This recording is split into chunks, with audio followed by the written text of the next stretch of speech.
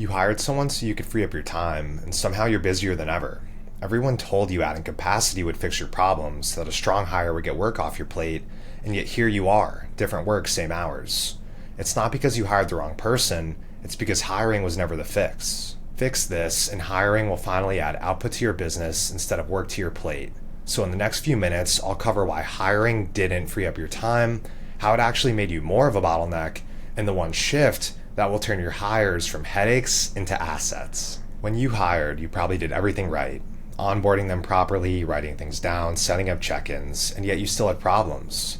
So maybe you hired again, thinking that the first hire just wasn't senior enough. But here you are, still in every thread, making every decision. And that's because everyone treats this as a hiring problem, like you just need to vet better or write better descriptions to get someone who can handle more work. But the truth is, this was never even about who you hired in the first place. When you hire someone, there are two things you can hand them: the work and the decisions about the work. The tricky thing is, most founders don't realize the difference between the two because they never had to. When you're the one doing everything, decisions and work are bundled together in your head. You don't notice that you're making 40 decisions an hour, you're just working. And so when you tell a new hire build this landing page, you assume the decisions come with it, but they don't. What comes with it is a person who now needs 40 answers from you. Before the hire, you did the work and made the calls.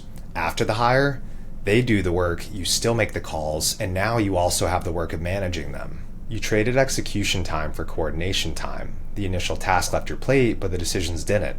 And now you also have the new task of reviewing your team's output, answering their questions, and constantly unblocking them. You didn't buy capacity, you bought another thing that routes through you, and it doesn't stop at one person. 3 people executing while you own every decision is 3 people waiting on you. Add a fourth, and the wait gets longer, not shorter. And that's how you know this was never a capacity problem in the first place. Adding more capacity only makes things worse. The business can only grow as fast as you can answer questions. It's like when I hired an ads agency to manage Google Ads and landing pages for my founders program. I thought, great, these guys are going to handle my landing page funnel and I could focus on other important work. But working with them ended up costing me more than just cash.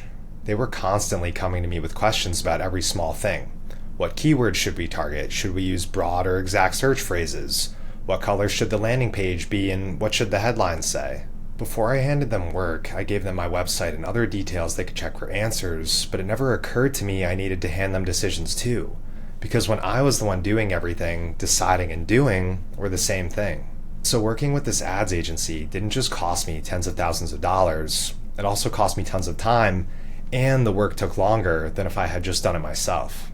On paper, I outsourced my work, but in practice, I really just added another vendor to manage.